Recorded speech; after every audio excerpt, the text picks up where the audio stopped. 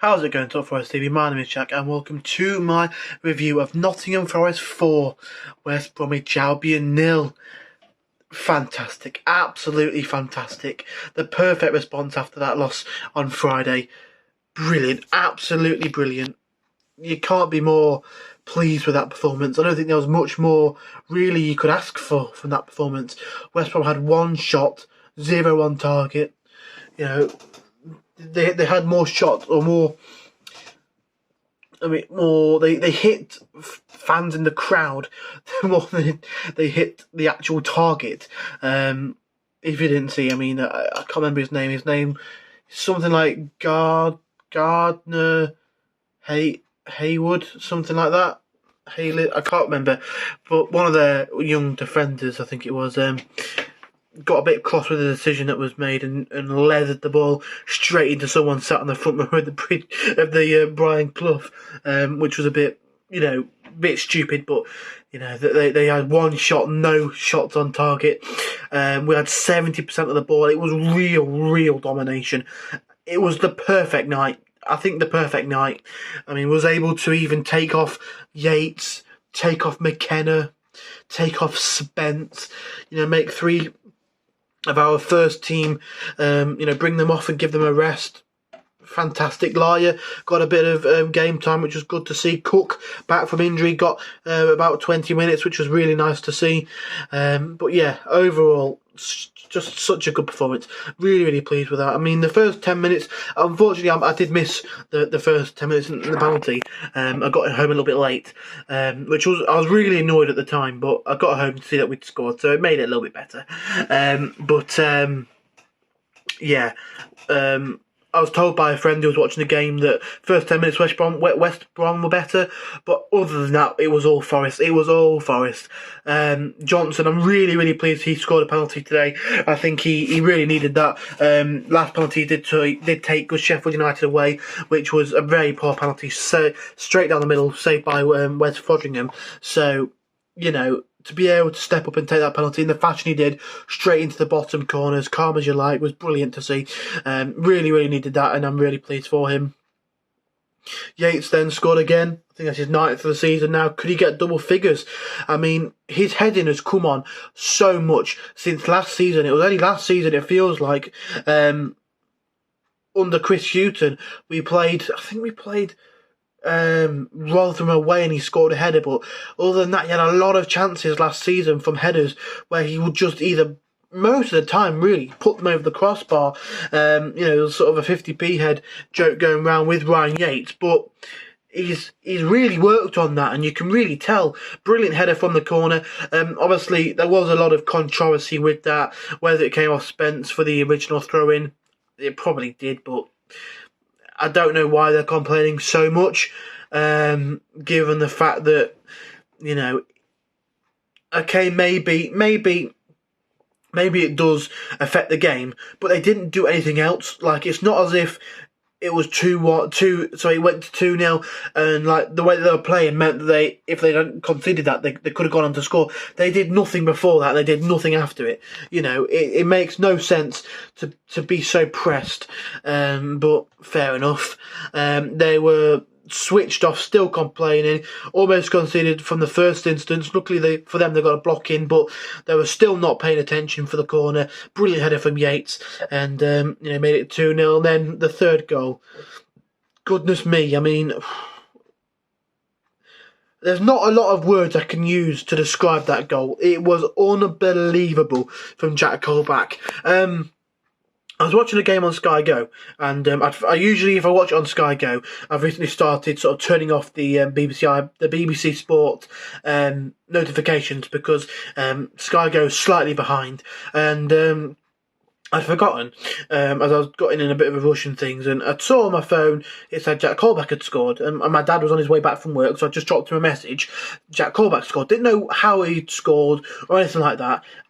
I look up. The ball is played to him by Spence, and he just unleashes this volley. It looks like he probably tried just to get it across, but he unleashes this volley that swerves like sort of over the head of the goalkeeper and in.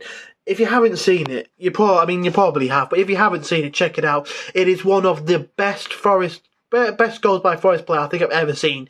It was absolutely sensational. Definitely goal of the season contender, if not the outright winner.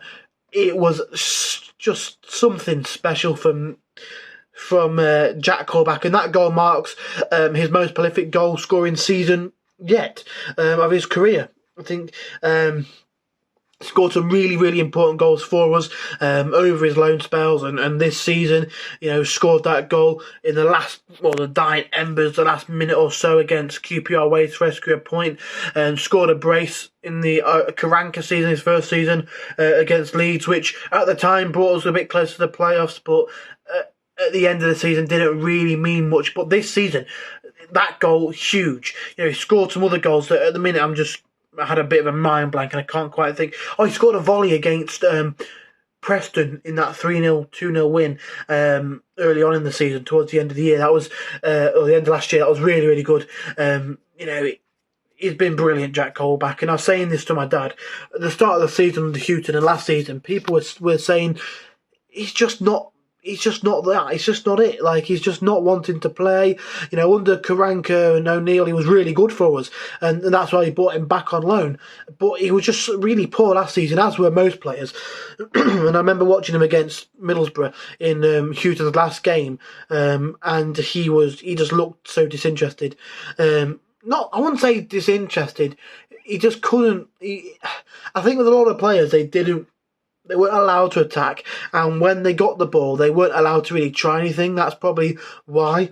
But under Cooper's done something, and he's turned him into prime Roberto Carlos, and he's a central midfielder. It's been brilliant to see. He's so good, Jack Colback. He's been really, really good this season, and I'm so pleased for him because when he's good for us, like we saw against sort of under Karanka, he was really good. This season, he's filled in at left wing back when he's needed to, and it's not his forte. Okay, he's played left back once or twice for Newcastle, but it's not wing back, which is totally different. And to play how he's played and to perform how he's performed, it's been fantastic. He's got to be proud of himself because he's been excellent there. Overall, fantastic performance. Surridge got a goal just before the full-time whistle. I'm really pleased for him as well because I know a lot of Stoke fans weren't really too pleased with him as his time there, and when he left, they were sort of commenting on his announcement tweets, stuff like, I'll drive him to City Ground, he's been really bad, don't know why he's signed him, that sort of thing, but he's been really good for us. He's taken his chances, and he just can't stop scoring. Scored, against Blackpool, he scored against Huddersfield, obviously scored tonight. He's been really, really good, and in front of goal, just clinical, really. He gets one chance today and takes it, he probably had more than one chance. He had a chance, I think, in the first half where he goes to sort of, he likes that shot where he sort of comes in. I mean, I liken it a bit to Mbappe and to Thierry Henry, where he sort of he tries to open his body. He did it against Huddersfield. He opens his body and tries to sort of curl it into the opposite side. And he tried to do that at one point today, but he just missed the ball. I think it was a little bit too far behind him. He had that chance, and then he had that chance at the end of the game where he absolutely just rifles it into the back of the net. He's been brilliant. Obviously, I mentioned before the three teams there. He scored against more than that, but again, I've had a bit of a mental block as to who else he'd scored against. But yeah, fantastic. I'm really, really pleased for him. But the perfect night for Forest, James Garner, my goodness me, he is so good. And for a youngster, I think he's only about my age, or even younger. I think he's actually younger than me. He's exceptional. He looks like he's been playing that position for years and years and years. He's so composed on the ball. He'll pick the ball up and he'll knock it on, or he'll pick the ball up and pick out an incredible pass, win the ball back. He's just so good in that midfield, and I love him. I really, really hope that the rumours where they're saying that Manchester United could be letting him go if the right money comes in. If we're in the Premier League and we can do that, do it. Pay whatever they ask, as long as it's not going to put the club in financial disarray. But whatever they can do, just pay it, because my word, he is so good. That Ryan Yates and James Garner partnership in the middle of the park, is it's probably the best midfield too I've seen at the City Ground. As far as players in my lifetime, fantastic. Definitely the best Forest team I've seen in my lifetime. It was so good. Yeah, a few people questioning Zinkernagel. He was really good today. Second half, he was probably one of our best players. Really trying to get a goal and make things happen. Really good from him. Yeah, just overall, really pleased with that performance. I wanted to see Cafu come on and score, but unfortunately, he couldn't quite do that. But yeah, really pleased. Defensively solid. I don't think Samba really had much to do at all, if I'm honest.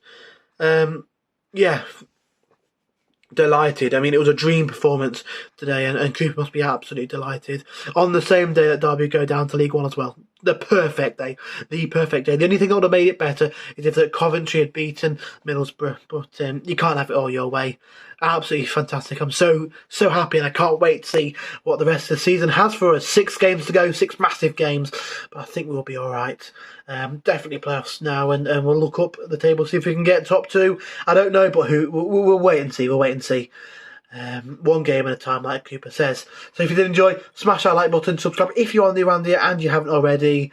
Let us know in the comments what you thought of the game, and come on, you Reds. Let's go.